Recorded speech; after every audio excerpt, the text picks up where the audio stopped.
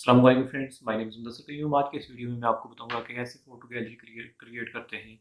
तो इससे पहले मैंने टेबल के टैग के बारे में आपको बताया है। आज की इस वीडियो में मैं उसी टेबल का टैग को यूज़ करते हुए एक फ़ोटो गैलरी क्रिएट करूँगा। तो आपने ये करना है कि इमेजेस आप सेलेक्ट कर लें। मैंने 12 इमेजेस ये वेबसाइट के फ़ोल्डर के अंदर एक इमेजेस का फ़ोल्डर बनाया है। इस इमेजेस के फ़ोल्डर में मैंने 12 इमेजेस रखी हैं और इनके नाम आप देख सकते हैं 1 2 3 रखे हैं मैंने। आप भी ऐसे ही नाम रख लें ताकि आसानी रहे। तो इसके बाद आपने अपना एडिटर ओपन कर लेना है। यहाँ तक आपको समझ आ गई होगी कि एक मेन फोल्डर क्रिएट करना है, उसके अंदर एक डायरेक्टरी क्रिएट करनी है इमेजेस के नाम से और उसमें इमेजेस रखनी है। तो इसके बाद आप अपना एडिटर ओपन कर लें। मैं सबलाइम यूज़ करता हूँ, आप अगर नोटपैड या कोई और एडिटर यूज़ करते हैं तो आप वो ओपन कर लें। तो यहाँ से पहले से ही ओपन है, लेकिन मैं आपको ओपन करके एक बार फिर दिखा देता हूँ। डेस्कटॉप पे जाएं और वेबसाइट का फोल्डर जो था इसको सेलेक्ट किया और यहाँ से ओपन कर दिया। तो वेबसाइट पे राइट क्लिक करें, न्यू फाइल, और इसको सेव एज कर दें जहाँ पे हमने कोड लिखना है। तो मैं इसे गैलरी के नाम से .html सेव कर देता हूँ। आपने ये जो न्यू होते हैं बिगनर्स, उनको ये फाइल क्रिएट करने में काफ़ी मसला होता है। वो फाइल क्रिएट करते हैं तो वो पाथ यहाँ से कोई और दे देते हैं। जो जिस वेबसाइट में, जिस फोल्डर में वो क्रिएट करना चाहते हैं वेबसाइट पेज, वो वहाँ पे नहीं किसी और जगह पे सेव कर देते हैं। तो ये आपने याद रखना। ये देखें, डेस्कटॉप पे था फोल्डर, वेबसाइट के नाम से फोल्डर था और उसी में मैं सेव कर रहा हूँ। तो यहाँ से HTML सिंटैक्स मैंने लिख दिया और इसके बाद आप यहाँ पे मैं H1 का टैग यूज़ करूँगा। यहाँ पे मैं फोटो गैलरी लिख देता हूँ और इसे मैं कर देता हूँ थोड़ा सेंटर में फोटो गैलरी को। तो इसके लिए टेक्स्ट अलाइन सेंटर का टैग यूज़ होगा। अब ये तो मैंने ऊपर हेडिंग दे दी फोटो गैलरी की, इसके बाद मैं टेबल का टैग ही यूज़ करूँगा। ये टेबल का टैग आ गया। टेबल के टैग में क्या होती हैं, रोज़ होती हैं, डेटा होता है, और इस रो के अंदर टी का यूज़ करूँगा, टेबल डेटा, यानी इसमें इमेजेस, और इमेज का मैं पाथ दे देता हूँ। ये इमेजेस का फोल्डर है, तो इस इमेजेस के को मैंने यहाँ पे लिख दिया और यहाँ पे 1.jpg आगे पिक का जो नाम है वो मैंने लिख दिया यहाँ पे। अब इसकी मैं विड्थ भी सेट कर देता हूँ। विड्थ मुझे चाहिए इसकी 250 पिक्सल और हाइट 200 पिक्सल। तो अब मैं इसी इमेज को, पूरे टीडी को यहाँ से कॉपी करूँगा और नीचे पेस्ट कर दूँगा। 4 टाइम मैंने इसे पेस्ट कर दिया। कोड की सेटिंग कर लें, Ctrl+S। और ये एक रो के अंदर मेरे पास 4 इमेजेस आ जाएंगी, लेकिन यहाँ पे एक इमेज ही आएगी।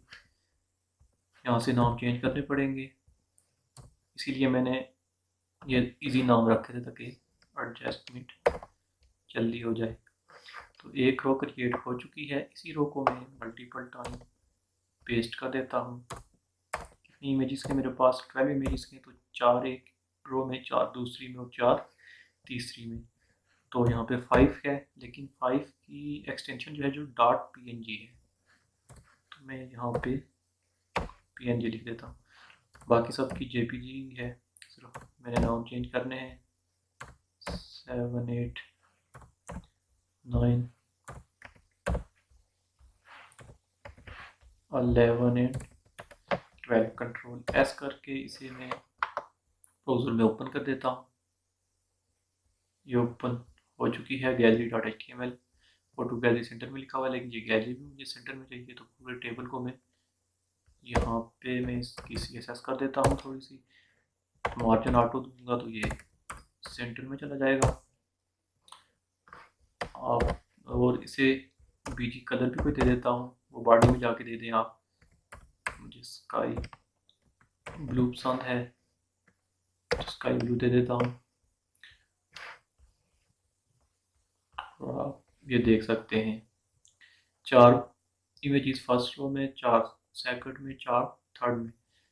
लेकिन अभी इमेजेस को मैंने थोड़ी स्पेस देनी है, इमेजेस के दरमियान थोड़ी स्पेस आ जाए, तो उसके लिए मैं बॉर्डर स्पेसिंग यूज़ कर देता हूँ 16 पिक्सल, इट्स इनफ। और इसको बैकग्राउंड कलर दे देता हूँ, कोई बैकग्राउंड कलर में दे देता हूँ इसे ब्लू। कंट्रोल एस करके आपको दिखा देता हूँ। तो ये गैलरी हमारे पास तैयार हो चुकी है।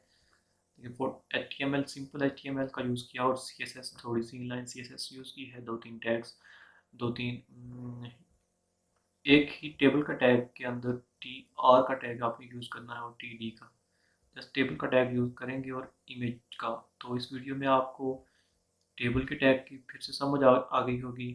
पहले भी टेबल के टैग के बारे में बता चुका हूँ। और इमेजेस कैसे लगाते हैं, बल्कि इमेजेस की हम कैसे अपनी मर्ज़ी के साथ जहाँ पे चाहें वेबसाइट पे, जिस रो में चाहें, जिस कॉलम में चाहें वहाँ पे लगा सकते हैं।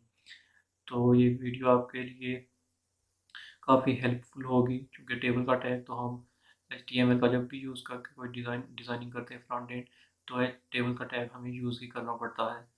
तो अभी मैं कुछ दिनों बाद बूटस्ट्रैप पे भी वीडियोस बनाऊंगा, तो अगर HTML और CSS की आपको सही समझ आ जाएगी तो बूटस्ट्रैप आपके लिए सीखना आसान होगा।